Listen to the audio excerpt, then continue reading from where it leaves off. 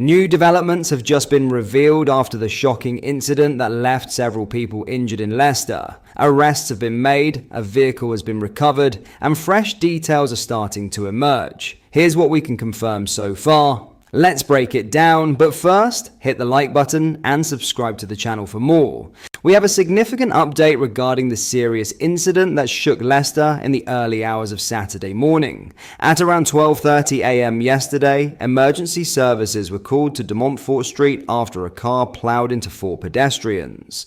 It was a chaotic and terrifying scene, with paramedics and police rushing to assist the injured. Three of the victims suffering serious injuries were immediately taken to hospital in Leicester. As of now, they all remain under hospital care. The fourth individual thankfully sustained only minor injuries and is believed to be in a stable condition. Following the initial response, Leicestershire police have now confirmed that 3 arrests have been made in connection with this incident. The first arrest was made shortly after the collision. A 31-year-old man from Leicester was taken into custody on suspicion of causing grievous bodily harm with intent and causing serious injury by dangerous driving. Today, police have confirmed 2 additional arrests. A 28-year-old man, also from Leicester, has been arrested on the same charges, causing grievous bodily harm with intent and causing serious injury by dangerous driving. A 34-year-old man, again from Leicester, has been arrested on suspicion of affray, an offence typically related to public disorder or fighting. All 3 men are currently in police custody as the investigation continues. In the aftermath of the incident, a large police cordon was put in place around De Montfort Street to secure the scene and allow forensic officers to conduct a thorough investigation. That cordon has now been lifted, but police presence in the area remains. Officers are on foot patrol, actively engaging with members of the public and offering reassurance to the local community. Leicestershire police are also urging anyone with concerns or information to approach the officers directly or get in touch through the usual channels. Interestingly, during the course of the investigation, police received separate reports of a fight breaking out at the same location earlier in the night before the collision occurred. It's not yet clear how or if this earlier disturbance is connected to the ramming incident, but detectives are actively working to piece together the full sequence of events. As part of their investigation, officers have also recovered a vehicle near Margaret Street, which they believe is the one involved in the collision. The car is now in police possession and will undergo forensic examination. Detective Inspector Jenny Tattersall, who is leading the investigation, provided a statement earlier today. She said, "We have been working tirelessly today to understand the sequence of events and how the incidents of the early hours occurred. The cordon was in place for much of today to allow for thorough investigations to be carried out, including the attendance of forensic officers. This has now been lifted."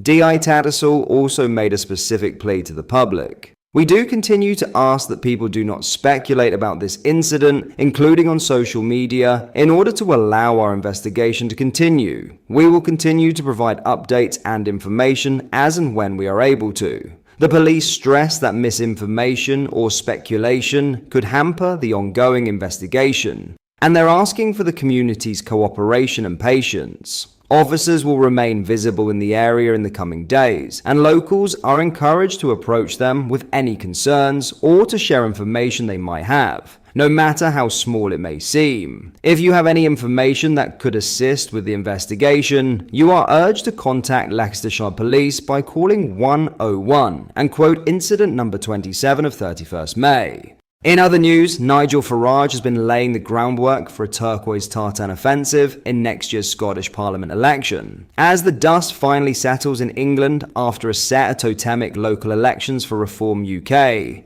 the Populist Party's 10,000 members north of the border have been focusing time and resources into a set of towns in the Central Belt. Voters in Hamilton, Larkhall and Stonehouse will go to the polls on June 5th, following the death of SNP veteran Christina McKelvey after her battle with breast cancer. Hamilton's Holyrood seat voted SNP in all 3 contests held since its inception in 2011, with UKIP receiving just 673 votes in 2016 and Reform UK's support dropping to just 58 ballots in 2021. and the towns have stuck to returning either SNP or Labour MPs to Westminster for the best part of a century. South Lanarkshire is not traditionally considered fertile ground for Farage's brand of Eurosceptic politics. Following Farage's decision to shun campaign trips north of the border due to an altercation at a pub in Edinburgh, just 36.9% of local residents voted for Brexit. But Reform is now confident Hamilton, Larkhall and Stonehouse could spark a turquoise tidal wave north of the border.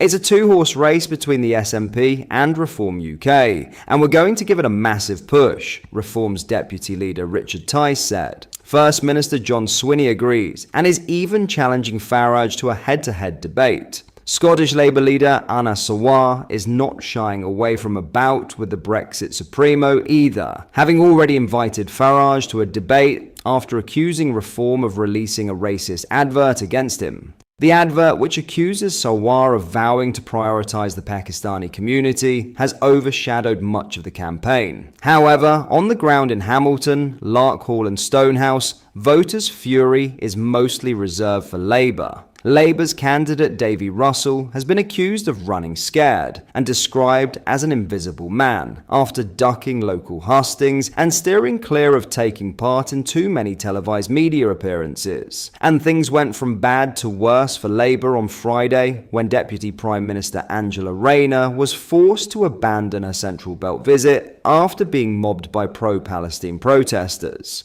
Meanwhile, Reform UK's by-election candidate Ross Lambie is detecting strong levels of support ahead of Thursday. Speaking to the media after a long day of campaigning, Lambie said, "There is a sense of urgency on the doors. People feel the country is facing a pivotal moment where we either surrender to another 10 years of nothingness and another lost generation, or we have the guts to make some big decisions like scrap net zero and direct that funding to our local services, cut waiting lists, boost policing and lower the tax burden." Explaining why Reform is receiving a particularly strong bounce north of the border, the former Tory councillor added, "We are picking up support from working people from all corners of our communities. Our support is not defined or pigeonholed like the old parties of Labour and the SNP.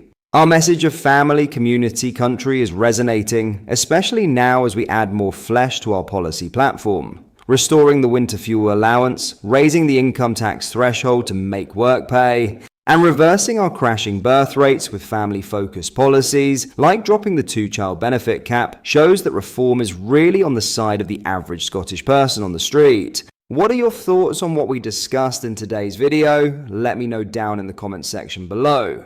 If you've not yet already, make sure you do drop a like on this video and subscribe to the channel for more British content. Thank you, take care, goodbye.